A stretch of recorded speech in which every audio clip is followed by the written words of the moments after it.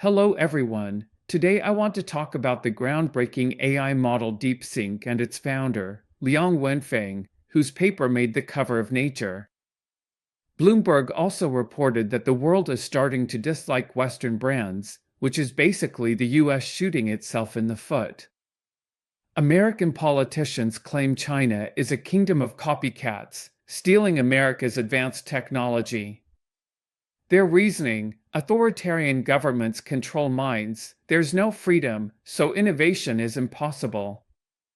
In the American narrative, the US has a technological edge over China. The last wave was the internet and social media, the next is artificial intelligence. As long as they can choke China's AI chips. If the film is true, China cannot compete with the United States. When American company OpenAI launched the ChatGPT AI model, it was like it was under a guarantee, not allowing mainland China and Hong Kong to use it. The underlying thinking was that if you are not allowed to use it, your AI will not develop. But Daiichi's emergence completely shattered the American fantasy. It used far fewer chips than the American ChatGPT model to develop an equally good AI model, and it is open source, unlike ChatGPT's closed source. OpenAI's AI model cannot be open. The main reason is it was too easy to make money during its development. It used vast money to buy huge numbers of chips and spent money on the AI model. This gave DeepSeek a major opportunity to research more efficient methods to develop AI models. DeepSeek's innovation received significant recognition. On September 18, the DeepSeek-R1 inference model research paper, jointly completed by the DeepSeek team with founder Liang Wenfeng as main author, was published on the cover of the international authoritative journal Nature. This paper and DeepSeek published in January this year. Compared to the first version of the R01 paper, this paper reveals more details about model training and directly addresses initial questions about whether the model was derived from other models. DeepSeek-R1 is also the world's first mainstream large-scale language model to undergo peer review. Natural Chinese's evaluation is that almost all mainstream large-scale models have not undergone independent peer review, a gap finally broken by DeepSeek. According to the Four Daily, research co-authored by Liang Wenfeng showed that large-scale language models' reasoning ability can be improved through pure reinforcement learning, thereby reducing human input required to enhance performance. The trained model performs better than traditionally trained large-scale language models in answering graduate-level questions in mathematics and STEM fields. The depth age R1 includes a stage of in-depth training under human supervision to optimize the reasoning process. Liang Wenfeng's team reported that this model uses reinforcement learning rather than human demonstration of standard answers to develop reasoning steps, reducing manual training cost and complexity. DeepSeek-R01 will receive a model after being shown high-quality problem-solving examples. Initially, the model generates its reasoning process, receiving rewards for solving problems, reinforcing learning. In AI evaluation tests, DeepSeek-R01 and DeepSeek-R01 performed exceptionally well. Liang Wenfeng's team suggests future research optimize the reward process in model training to ensure reasoning and tasks become more reliable. In summary, first, DeepSeek's emergence and recognition by authoritative Western academic institutions shatter the Western myth that China's system only copies, not innovates. Second, DeepSeek's path is superior to ChatGPT. Its open-source nature aligns with the tech community's open-source thinking, greatly reducing developer burden. The cost of these models, ChatGPT, is expensive and couldn't be open-sourced.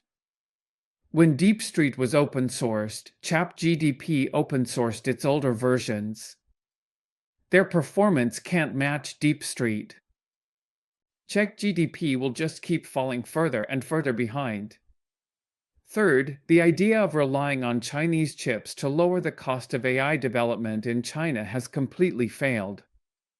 Looking back now, when the American company OpenAI launched the ChatGPT large model and did not allow it to be used in mainland China, essentially giving up the Chinese market, it seems almost like a joke. That basically left room for Chinese companies to develop, which was clearly OpenAI overestimating itself and making a misjudgment. Also, I want to talk about American brands. On September 16th, Bloomberg published an article titled "The World is Starting to Hate the Brand You Love." The article said that in 1990, when McDonald's opened in Moscow, many Russians queued for hours just to try a Big Mac and experience American culture. Moscow's McDonald's might be the best example of how American brands benefited from America's soft power and helped spread it globally. As economist Andrew Ross said, "Win hearts and you win sales."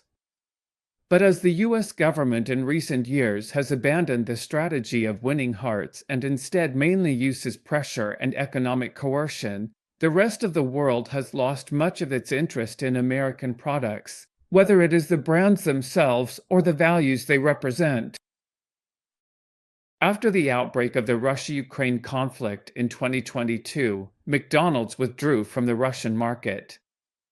In its most recent financial conference call, the company warned that rising anti-American sentiment could lead consumers to buy fewer American brands. In addition, the American jeans brand Levi's also said that the surge in anti-American sentiment in the UK might cause consumers to stop buying Levi's jeans. Furthermore, supermarkets in Canada and Denmark are now labeling American goods as made in America because more consumers want to avoid American products. Several mobile apps also offer similar services. Consumers from Europe and Canada are not the only ones turning away from the United States. According to a survey of over 10,000 people in 20 countries and regions by data analysis company Pirate, 37% of respondents outside the US said they would no longer buy American products and services due to US tariffs on their countries. In Canada, this figure rose sharply to 57%. What American businesses should worry about is that this is not just a boycott movement. Boycotts often fail and rarely have significant impact. Economists at the European Central Bank predict this may be a long-term structural shift that will cause American brands to fall out of favor. Their research found that European consumers are more motivated to buy non-US products based on preference rather than price, meaning this is a situation. Emotional rather than economic purchasing decisions could also make American products less appealing to other global brands whose countries of origin have recognized the importance of soft power. The United States still ranks first in the 2025 Global Soft Power Index released by Brand Finance, a consultancy. But the consultancy says that as America's global reputation has suffered, its score has stagnated. Meanwhile, China has climbed to second place, reaching its highest point ever, surpassing the third-placed United Kingdom for the first time.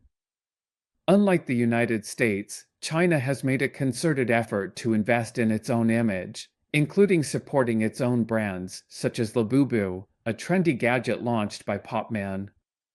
South Korea also rose 12 places, thanks not only to its entertainment trends and gaming culture, but also to cultural products.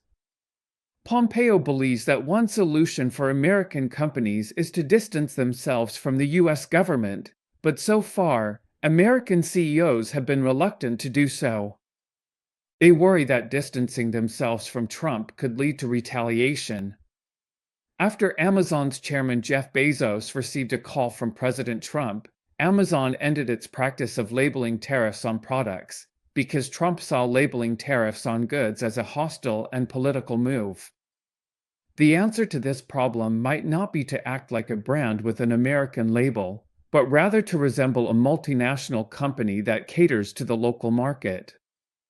Perhaps no company does this better than Walmart. Outside the United States, this top-selling American company is rarely discussed as an American company. As a result, Walmart is able to avoid direct association with the US government and communicate more directly with consumers. In Canada, where anti-American sentiment is strongest, Walmart is one of the fastest-growing retailers. In January this year, Walmart pledged its largest-ever investment in Canada. In Mexico, Walmart participated in a program to hire Mexican citizens who had been deported from the United States, making the company one of the largest job providers in Mexico. Walmart has learned these lessons the hard way. What are the consequences of further international expansion? In 2006, Alma withdrew from the German market due to its failure to learn and adhere to German cultural norms. When Alma entered Germany, it bagged groceries, had employees smile at customers, and clashed with local unions. These were taboos in the German market. Germans even had difficulty pronouncing Alma's name. After this debacle, Alma preferred to partner with local companies when entering new countries, sometimes even changing its name. Bloomberg concluded that leveraging America's global reputation was an effective and reasonable strategy for American companies in the past, but as the credibility of American brands has increasingly been questioned, American companies have had to rely on their own efforts to win people over. The summary can be summarized as follows. First, people didn't mention Apple phones and Tesla cars. They used to represent innovation and American brands, but now their innovation has stagnated, and American brands have become a negative factor.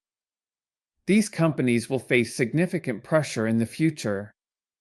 Second, Trump's bullying of other countries and the Southern California tariffs have destroyed America's once high-end image. This impact is significant. To many Chinese consumers, American products no longer feel high-end. But if you ignore brand and focus on cost performance, Chinese products really stand out. Look at how Tesla's electric cars in China went from dominating to just one among many. The change happened so quickly.